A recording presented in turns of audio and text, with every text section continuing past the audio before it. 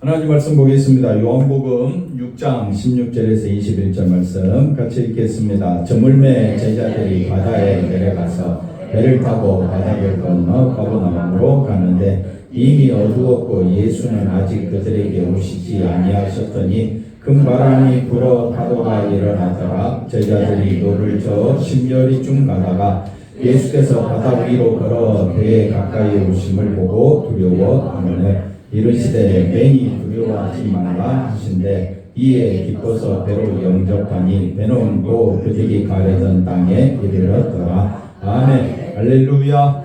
하나님의 큰 은혜와 사랑이 넘치기를 바랍니다. 오늘은 다섯 번째 표적, 바다를 걸으신 예수님의 모습, 그 이적을 통해서 그 이적의 의미가 뭔지 살펴보면서 같이 은혜를 나누고자 합니다. 첫 번째 이적이 뭐였습니까? 물이 변하여 포도주가 됐죠.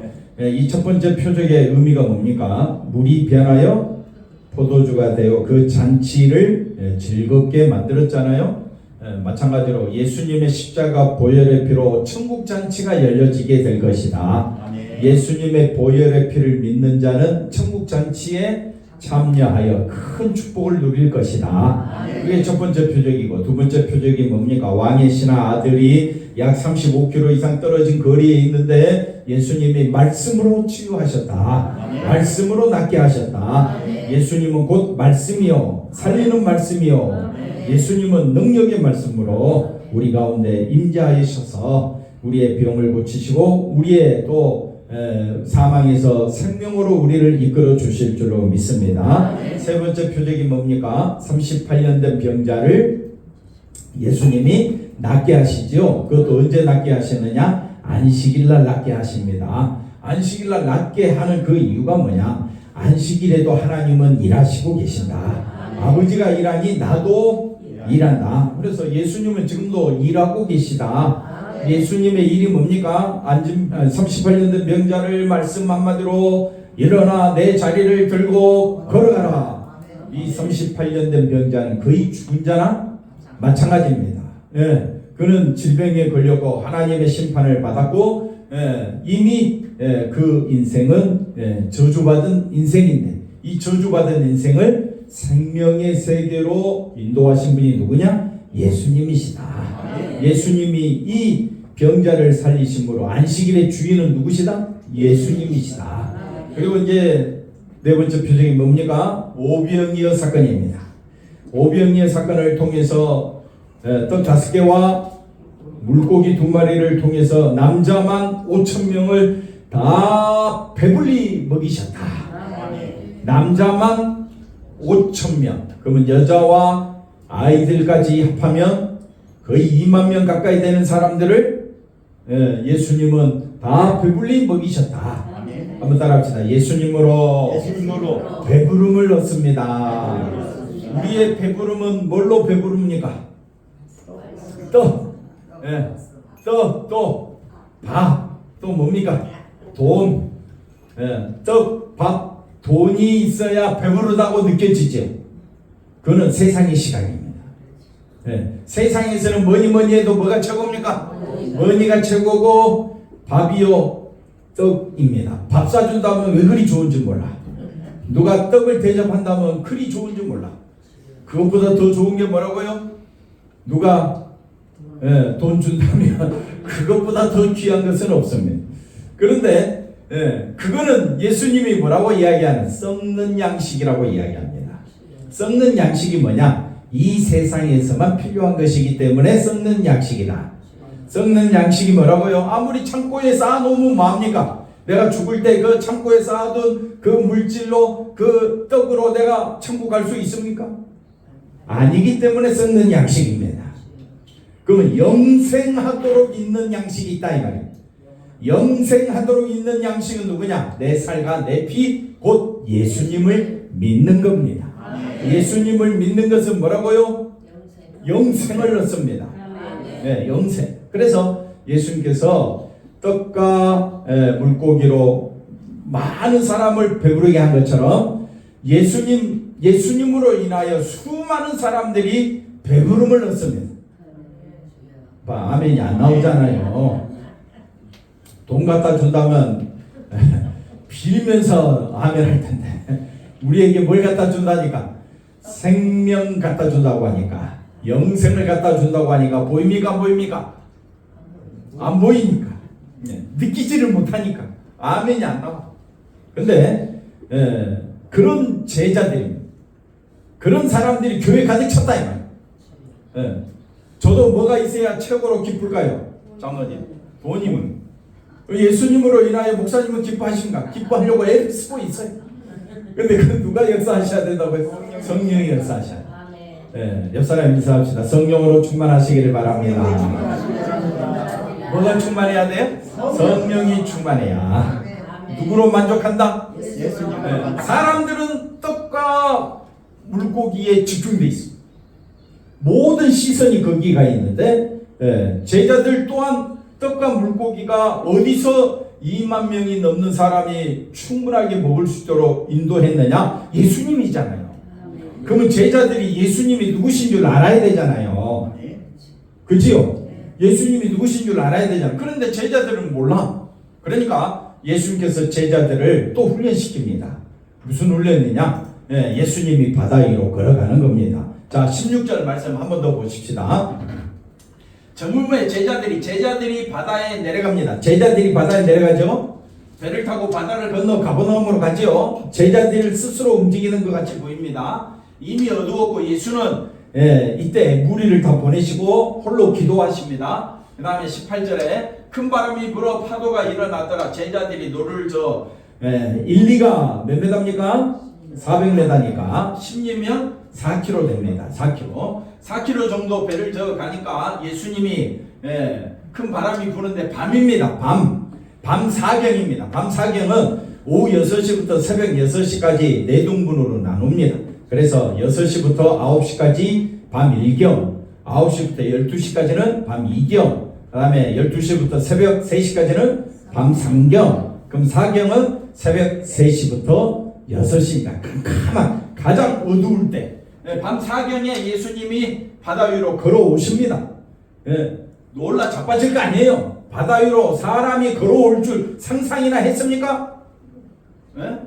보고 두려워했다. 유령이라 생각했다 이 말입니다. 그러니까 20절에 이르시되 내니 두려워하지 말라. 근데 요한복음은 그 다음에 뭐라고 이야기하느냐? 이에 기뻐서 배로 영접하니 하고 간단하게 설명을 마칩니다. 근데 이 부분을 가장 잘 설명하고 있는 부분이 마태복음입니다. 그래서 마태복음 14장 22절을 가보겠습니다. 자, 아까는 제자들이 배를 타고 움직이는 것처럼 보였는데 마태복음에서는 예수께서 오병이어 사건이 다 배불리 먹고 난 다음에 즉시 어두워졌으니까 즉시 제자들을 어떻게 했다고요? 재촉했어. 그런데 이 말씀을 생각해 보니까 제자들이 배를 타고 가려고 했던 것이 아니었죠. 예수님은 목수입니까? 어부입니까? 목수지요. 제자들은 어부입니까? 목수입니까? 그러면 밤에 항해하는 것은 제자들이 뭘 더 잘 알아? 잘하니까 가겠어요? 안 가겠어요? 안 가려고 하지. 그 말이었어요? 제가 말기가 어두워요. 그래서 제자들은 안 가려고 하는데 예수님은 뭐라고 이야기합니까? 재촉해서 내가 무리를 집으로 보낼 테니까 너희들은 배를 타고 앞서 건너편 게네사렛 가버나움으로 가라 그렇게 하시고 23절 무리를 이제 다 보내신 후에 기도하러 산에 올라가시고 거기 혼자 계시다가 밤이니까 걸어가려면 밤 4경까지는 기다려야 될 거 아니에요. 그래서 예수님은 홀로 기도하시다가 배가 이미 육지에서, 여기는 십리가 아니라 수리로 돼 있지만은 이게 몇 리였다고요? 10리. 몇 킬로라고요? 4km 정도 간 다음에 4km 정도 가는데 물길에 일어나고 바람이 일어나니까 배가 갑니까 안 갑니까? 제자들이 배 타면서 뭐라고 이야기할까요? 배 타면서 어부들이니까 뭐라고 이야기할까요? 안 가려고 했는데 바람이 불까 싶어서 밤이니까 어떻게 될지 모르는데 안 가려고 했는데 누가 가라고 해서? 예수님이 저축에서 왔는데 결국 뭐가 일어나서? 바람이 일어나네. 물결이 일어나네. 잘못하면 죽겠네. 지금 난리가 났어요. 이해가 되시겠죠? 그러니까 고난을 당하더라 이렇게 바람과 그다음 뭘로 말미암아? 물결로 말미암아 제자들 지금 배가 뒤집어질 상황이다. 밤 사경에 어부들이니까 야 이거 지금 가면 안 되는데 예수님이 재촉하는 바람에 가게 돼가지고 이 난리를 지금 치게 생겼다 이 말입니다. 25절에 뭐라고요? 밤 사경에 새벽 3시부터 아마 그쯤에 예수께서 바다 위로 걸어서 제자들에게 오시니 예수님이 바다 위로 걸어오실 줄 제자들은 생각도 못했지요. 그러면 왜 예수님이 바다 위로 걸어오셨을까요? 오늘 그게 표적이다 이 말. 표적의 의미가 거기 있는 거예요. 제자들이 예수님이 바다 위로 걸어오심을 보고 멀리서 보니까 뭐라고요? 유령. 아마 흰옷을 입었던 것 같으셔. 유령이라 하며 그 다음 뭐합니까? 어부들인데 지금까지 이런 일을 본 적이 없어. 어부들인데 베드로 어부 아닙니까? 한참 30대 한참 젊은 나이에 무서워하여 그 배 안에 있는 모든 사람들이 소리 지르면서 지금 이 배 안이 난리가 났어요. 장로님이 여기 계셨으면 조용히 있겠어요? 기다려 예수님이시잖아 그렇게 말할 수 있겠어요? 세상 물결이 요동칩니다. 세상의 물결이 파도가 바람이 다시 말하면 재산이 피해가 있고 욥을 한번 생각해 보십시오. 동풍이 일어나서 가축이 몰살당하고 자녀들이 한꺼번에 죽고 자기 몸에 병이 생기고 물결이 그 다음에 파도가 바람이 이렇게 몰아칠 때에 누가 하신다고요? 예수님이 우리 가정을 이렇게 만들어 가실 때 여러분은 누구를 찾겠습니까? 그 가운데 예수님이 계시는데 그 예수님을 보고 뭐라고 이야기하겠어요? 유령이다 하고 소리치고 난리칠 거 아니에요. 예수님이 살아계시면 이런 일이 있을 수가 있겠습니까? 소리 제일 잘 지르실 분이요. 만약에 이런 일이 우리 집안에 왜 하나님 나를 이렇게 힘들게 송천 집사님 이런 일을 겪고 난 뒤에 막 난리쳤어요. 통곡을 하면서 기도하면서 가슴을 치면서 하나님 제가 뭘 잘못했길래 이런 집안에 무한이 겹치고 건강이 안 좋아지고 어떤 사람은 집안이 폭삭망하고 그런 일이 있을 때도 여러분은 주님을 찾겠느냐 이 말이에요. 제자들이 떡을 떼셨던 그 예수님을 찾는 것이 아니라 그 예수님이 바다 위로 걸어오심을 보고 뭐라고 소리 지릅니까? 예수님을 찾는 것이 아니라 유령이라 하며 무서워하며 소리 지르고 있는 그 상황이 내 상황과 똑같다 이 말이에요. 이수환 집사님 맞죠? 지금 속이 점잖게 앉아서 예배 드리고 있지만 속은 어떻게 해요? 소리 지르고 싶고 그 다음에 뭐라고요? 무서운 마음이 우리 안에 가득 차 있다 이 말이에요.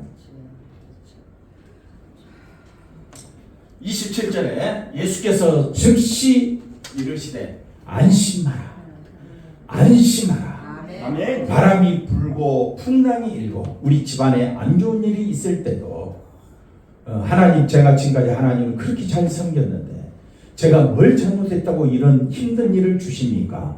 하고 원망하지 말고 주님의 음성을 들으시기를 바랍니다. 아멘. 주님은 우리에게 생명을 주시는 분입니다. 아멘. 안심한 어떤 상황에 있다 할지라도 생명은 누구 손에 있다? 예수님의 손에 있다. 아멘. 그래서 베드로가 두려워하지 말라 그러니까 베드로가 대답하여 이 내용은 요한복음에는 안 나와 있습니다.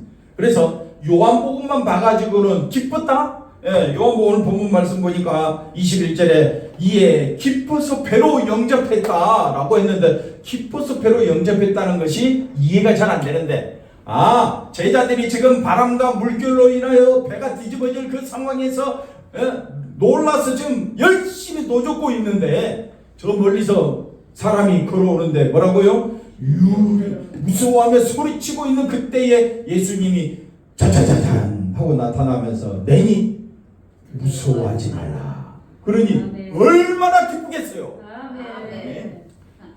장로님 안 기뻐요? 근사님 안 기뻐요? 기쁘지요. 네.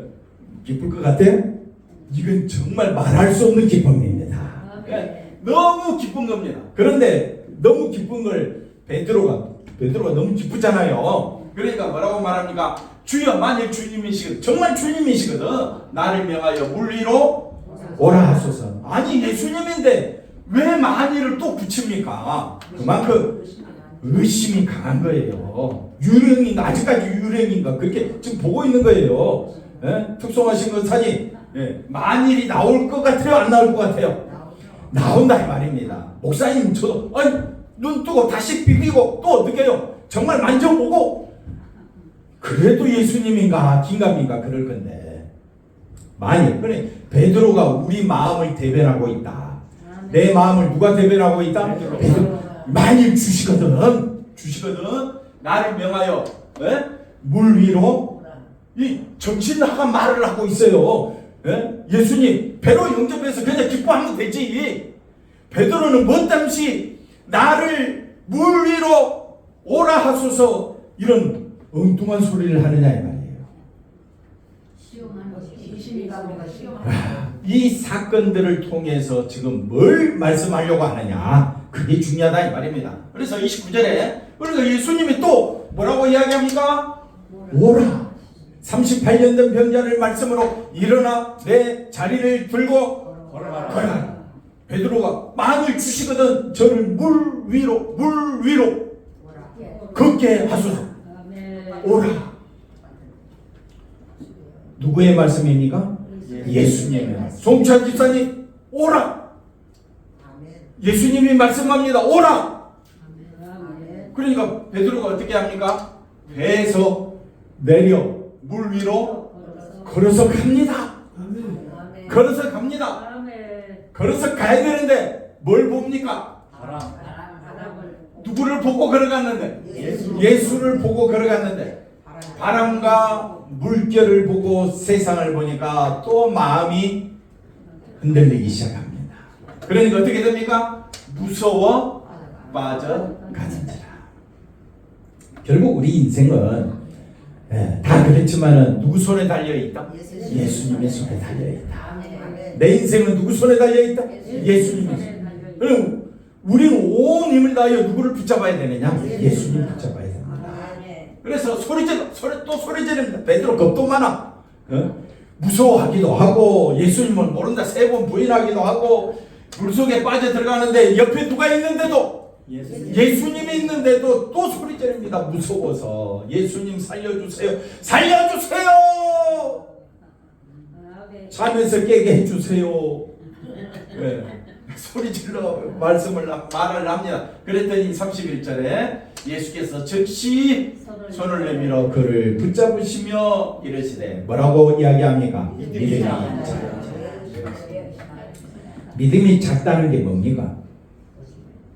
믿음이 작다. 그럼 믿음이 크다.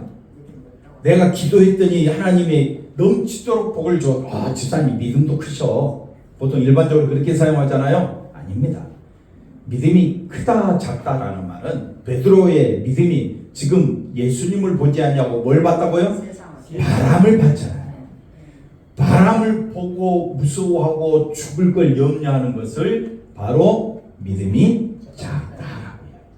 그러면 믿음이 있다는 베드로가 예수님 나를 명하여 물 위를 걷게 하소서. 그게 큰 믿음이에요. 그러니까 우리가 믿음이라는 것은 온 힘을 다하여 누구를 의지하는 것, 예수님을 의지하는 것이 큰 믿음이다. 그러면 나를 바라보는 것은 믿음이 작은 겁니다. 믿음이 작은 거예요. 내 생각에는 예수님이 이해가 안 돼. 내 생각에는 교회가 이해가 안 돼. 내 생각에는 하나님이 마음에 안 들어. 이거 다 믿음이 작은 거예요. 그러면 믿음이 크다라는 말은 뭐라고 이야기하느냐? 배에 함께 오르면 바람이 그치는 자. 33절 다 같이 한번 읽어보겠습니다. 33절 배에 있는 사람들이 예수께 절하며 이르되 진실로 하나님의 아들이로소이. 예수님을 보니까 누구시라고요?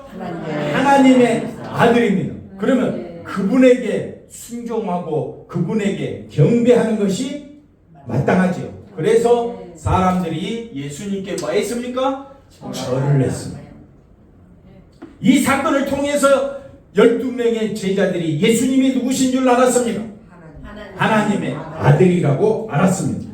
마가복음 6장 52절에 뭐라고 성경은 또 표현하고 있느냐? 마가복음 6장 52절에 보니까 이는 그들이 이 똑같은 사건인데 뭐라고 이야기하느냐? 그 떡 떼시던 일을 깨닫지 못하고 도리어 그 마음이 둔하여졌다라고 설명합니다. 그러니까 떡 떼시던 일이 뭐냐? 아니 자기들 눈에는 떡 5개 물고기 2마리밖에 안 보여. 근데 남자만 5,000명을 먹고 있어. 여자 아이들까지 포함하니까 2만 명이 넘는 사람이 떡 5개 물고기를 먹고 있는데 이 떡 5개와 물고기를 축사하시고 떼어주시던 예수님을 보면요, 사람들은 그 떡이 물고기가 어디서 왔는지 모르지만 제자들은 알 거 아니에요. 예수님이 떼주면서 이게 강줄에 가득 차는 것을 봤을 거 아니에요. 제자들은 부지런히 나갔을 거 아니에요. 그러면 예수님이 누구시라고요? 물이 변하여 모두 왕의 신하의 아들을 말씀을 38년 된 병자를 말씀으로 오병의 사건을 통해서 말씀으로 모든 일을 행하시는 예수님이니까 바람과 물결도 잠잠케 하시는 분이 누굽니까? 예수님이 누구신 줄 모르는 것을 뭐라고 이야기하느냐? 떡 떼시던 일을 깨닫지 못하고 마음이 둔해지면 자꾸 자기만 생각해. 여러분의 마음이 주의 마음으로 변하기를 소원합니다. 다시 말하면 주님과 같은 마음, 주님과 같은 마음. 그래서 이 사건을 통해서 요한복음 다시 이제 말씀 가보면 요한복음 6장 60절에 가보니까 이 물 위를 걸으시는 이 사건을 통해서 성경은 바로 말씀하지 아니하고 60절 후반전에 설명을 해주는데, 제자 중 예수님이 이제 자신이 생명의 떡이라고 말씀하니까 이 말씀은 뭐라고요? 어렵도다 누가 들을 수 있느냐 하면서 66절에 그때부터 예수님을 따라다녔던, 그렇게 줄기차게 왕으로 세우고 예수님을 추대하려고 예수님이 메시아인가 싶어서 그 따라다녔던 제자 중에서 많은 사람이 떠나가고 다시 그와 함께 다니지 예수님이 누구신 줄을 모르니까 떠나가버려요. 예수님이 누구신 줄 알면 떠나갈 수가 없습니다. 예수님께서 12제자에게 이르시되 너희도 가려느냐.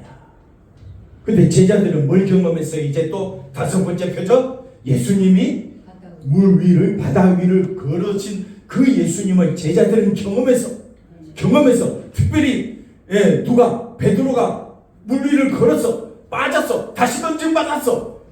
베드로는 배신할 수가 없을 거 아니에요. 그래서 68절에 시몬 베드로가 대답하되 주여 영생의 말씀이 주께 있사오니 우리가 누구에게로 가오리까. 그러면서 69절 다 같이 읽어봅시다. 우리가 주는 하나님의 거룩하신 자이신 줄 믿고 알아사옵나이다. 아까 마태복음에 그 배에 있는 사람들이 예수님께 절하며 뭐라고 이야기합니까? 당신은 하나님의 아들입니다. 그런데 예수님께서 이제 요한복음에서는 우리가 제자들, 우리가 베드로뿐만 아니라 우리가 주는, 그러니까 제자들이 자기들끼리 모여서 쑥덕쑥덕 했을 거 아니에요. 물 위를 걸으신 예수님, 바다와 물길을 잠잠케 하시는 그 예수님은 누구시라고요? 하나님의 아들이다. 그러니까 제자들은 말합니다. 너희도 가려느냐. 그때 제자들이 뭐라고 말합니까? 주는 하나님의 거룩하신 자인 줄 믿고 알았습니다. 이게 5번째 표적의 의미가 됩니다. 표적은 뭐냐? 예수님이 누구신가에 초점이 가야 돼요. 표적, 이적, 기적 그 자체에 매몰되지 말고 하나님 나에게도 기적을 일으켜 주세요. 하나님 나에게도 능력을 주세요. 물론 이런 기도 우리들이 많이 하지요. 하나님 우리 집안 잘 되게 해주세요. 건강을 회복시켜 주세요. 예. 또 역사가 일어나게 해주세요. 우리 감사비전교회 놀라운 역사가 일어나기를 간절히 기도합니다 하면서 여러분이 그렇게 기도하고 있지만은 중요한 거는 예수님이 누구신가에 초점을 맞추십시오. 예수님은 누구십니까? 하나님의 아들입니다. 하나님의 거룩하신 자입니다. 그럼 우리는 그분 말에 순종해야 됩니다. 그분을 믿고 있는 것이 축복입니다. 축복입니다. 누구를 믿고 있는 것이 예수를 믿고 있는 것이 축복입니다. 네. 세상은 떡이 물질이 들어와야 축복이라고 이야기하지만 우리는 그렇게 말하지 맙시다. 우리는 예수를 믿고 예수님이 하나님의 아들이심을 믿고 있는 것이 뭐라고요? 그게 축복이구나. 그것이 기적이구나. 내가 어디 안에 있는 것이? 예수 안에 있는 것이 기적이구나. 한번 따라합시다. 내가 예수를 믿고 있는 것이 기적이구나. 요한복음 5장 24절 가보십시다. 그래서 성경은 뭐라고 이야기하느냐? 요한복음 5장 24절. 내가 진실로 진실로 너희에게 이르노니 내 말을 듣고 그 다음 뭐라고 이야기합니까? 나 보내신 이를 믿는 자라. 우리 믿고 있잖아요. 믿고 있기 때문에 뭘 얻었다? 영생을. 두 번째 뭡니까? 심판에 이르지 아니하고. 이게 축복 아닙니까? 이게 표적 아닙니까? 한번 따라합시다. 믿는 것이 표적이다. 믿지 않는 사람 볼 때 얼마나 답답한지 몰라요. 근데 믿지 않는 사람도 우리를 보면서 얼마나 미련하다고 욕하는지 몰라요. 이해가 되시겠죠? 믿지 않는 사람은 우리를 향해서 얼마나 어리석다고 욕하는지 몰라. 아이고 저 바보 병신 뭐 욕할 거 아니에요. 근데 우리는 또 믿지 않는 자들이 얼마나 불쌍한지 몰라. 아이고 저 지옥에 갈 놈들 하면서 왜? 난 예수 믿고 어디 가니까? 천국 가니까. 나는 뭘 얻었으니까? 영생 얻었으니까. 나는 기쁘고 즐거운데 믿지 않으니까 얼마나 불쌍한지 몰라. 우리는 대신 욕하지 않고 심히 불쌍히 여긴다 이 말이야. 내 가족이 교회 안 나올 때 예수 믿지 않고 아이고 자기 마음대로 살아갈 때 그들은 그들 스스로 뽐내면서 자기 스스로 자랑할지 몰라도 예수님의 시각에서 보니까 얼마나 미련한지 몰라. 이게 상반된 견해가 깔려있다 이 말이에요. 그래서 우리가 잘 생각해야 됩니다. 우리는 사망에서 생명으로 옮겨졌습니다. 그 다음에 갈라디아서 3장 말씀 한번 볼까요? 너희가 다 믿음으로, 아까 요한복음에서는 믿음으로 뭘 얻었다? 영생을 얻었다. 안 본다고 안 보인다고 또 다 까먹었습니까 벌써? 그 다음에 심판에 이르지 아니하고 사망에서 생명으로 옮겼다. 갈라디아서는 뭐라고 말합니까? 너희가 다 믿음으로 말미암아 어디 안에서? 예수 안에서 하나님의 아들이 되었다. 아멘이십니까? 옆사람 인사합시다. 당신은 하나님의 아들이십니다. 하나님의 자녀가 되었습니다. 뭐 욕할 필요가 있습니까? 분낼 필요가? 이해가 안 되면 좀 두 발 늦게 가면 되지. 답답하면 어떻게 해요? 배가 하면 되지. 우리가 서로 하나님의 아들 대하듯이 서로 그렇게 교제하면 안 될까요? 그게 믿음의 사람의 행동 아니겠습니까? 우리가 다 믿음으로 말미암아 그리스도 예수 안에서 뭘 얻었다고요? 하나님의 아들이 되었고 영생을 얻었잖아요. 생명을 얻었잖아요. 이 물 위를 걷는 이 사건을 통해서 한 가지 우리가 더 알아야 될 것은요. 세상은요. 물 위의 세상이 있고요. 물 속에 빠지는 세상이 있어요. 물 위의 세상은 예수님의 세계입니다.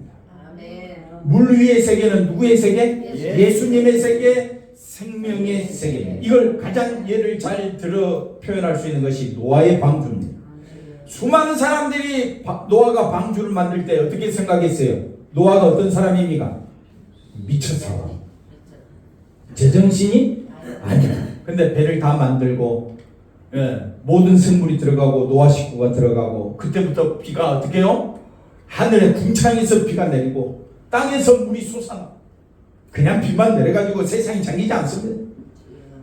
그랬더니 온 세상이 가득 물이 찼습니다.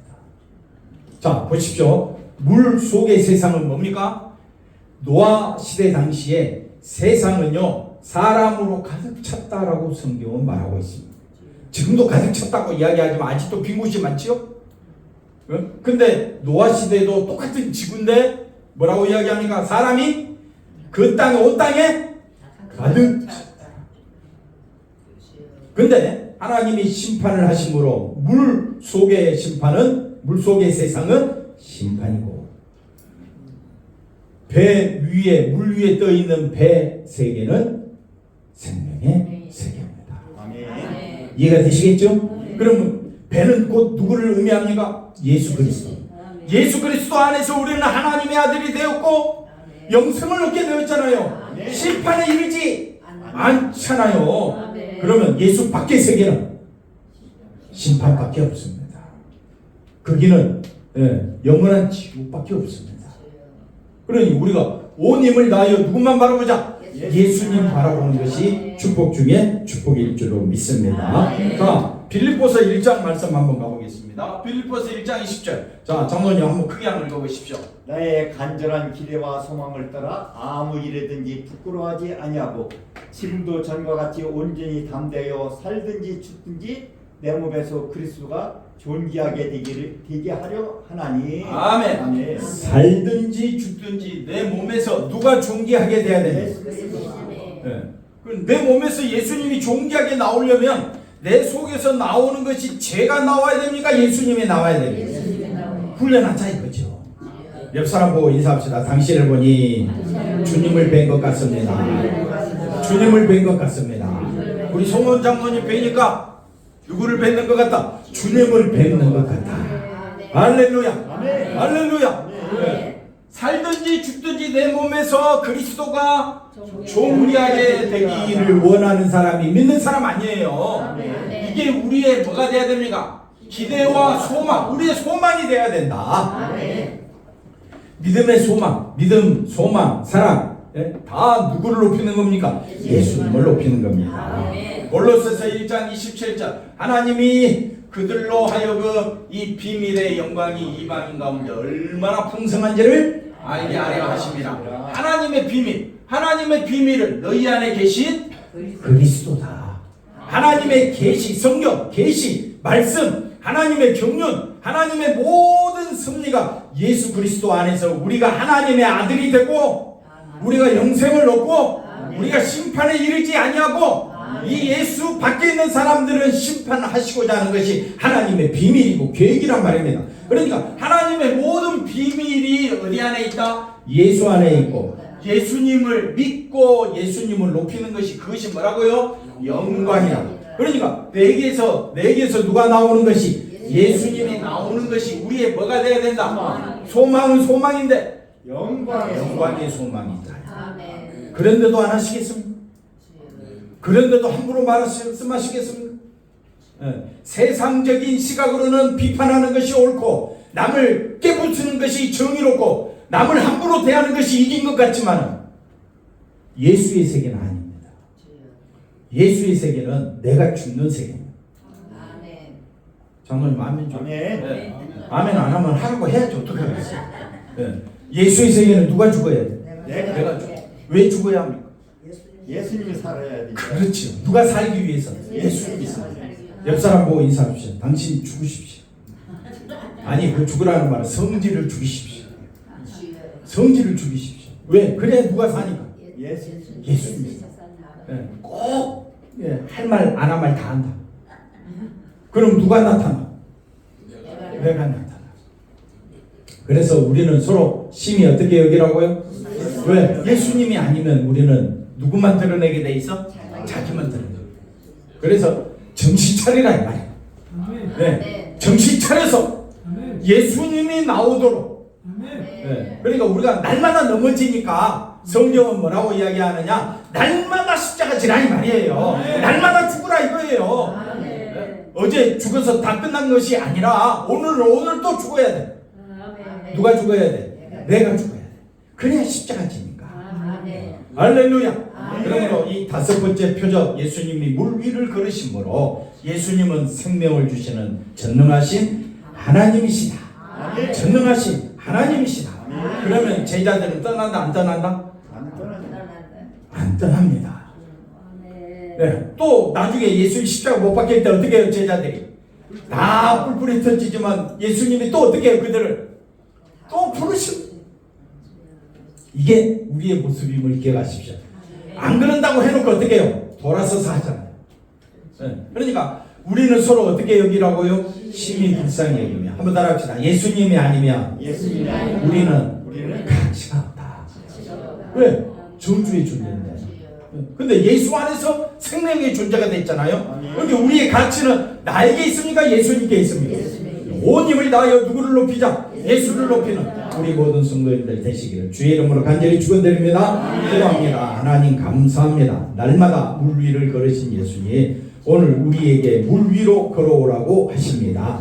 예수 안에 있으라고 말씀합니다. 예수님만 의지하라고 말씀합니다. 우리도 물 위를 걷고 있습니다. 예수 안에 있는 것입니다. 내가 예수 안에 있고 예수를 믿고 있다면 우리는 기적을 체험한 물 위를 걷는 베드로와 같습니다. 아버지 하나님, 온 힘을 다하여 항상 예수 안에서 살도록 하나님 우리를 붙잡아 주시옵소서. 예수님의 이름으로 기도하옵나이다. 아멘.